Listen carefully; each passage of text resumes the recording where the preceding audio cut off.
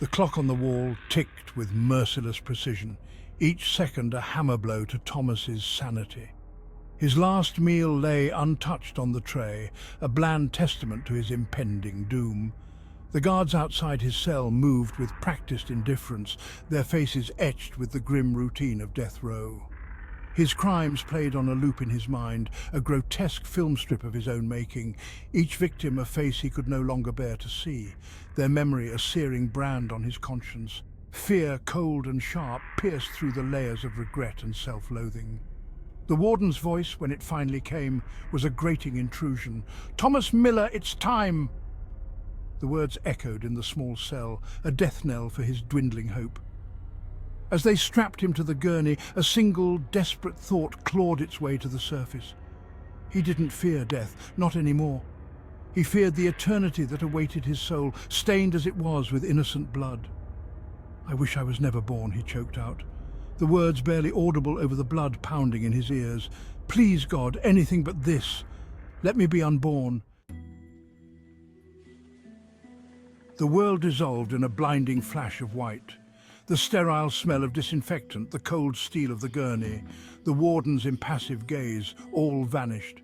He was adrift in a sea of nothingness, his senses overwhelmed by a silence so profound it was deafening. Then a faint throbbing started, a rhythmic pulse that seemed to emanate from everywhere and nowhere at once. It grew steadily, a primal drumbeat that resonated deep within his being. Fear, now a familiar companion, morphed into something far more terrifying, the unknown.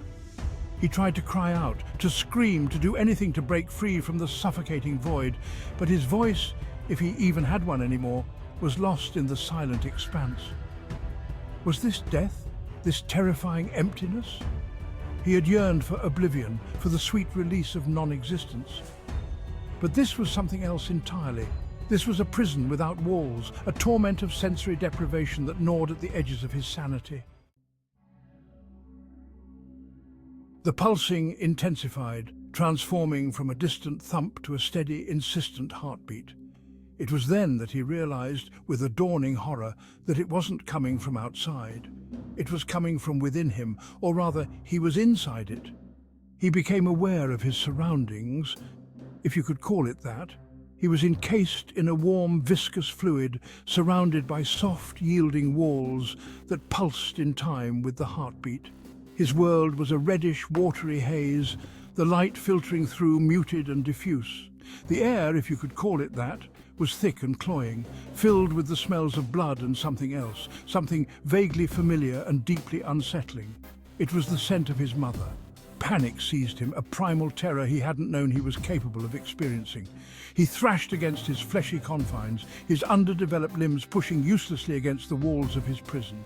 He could hear her voice, muffled and distant, but undeniably hers, speaking in soothing tones. "It's all right, little one," she crooned. "Just a few more weeks and you'll be with me." Weeks.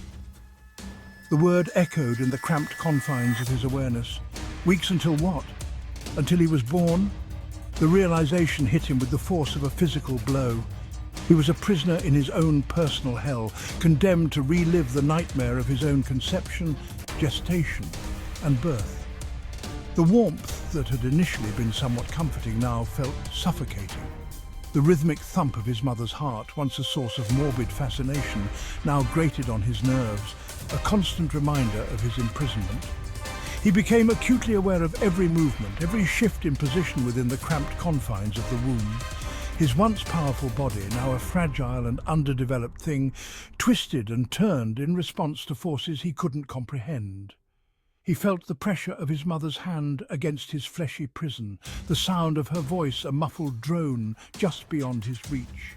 He was trapped, a helpless observer in his own grotesque origin story.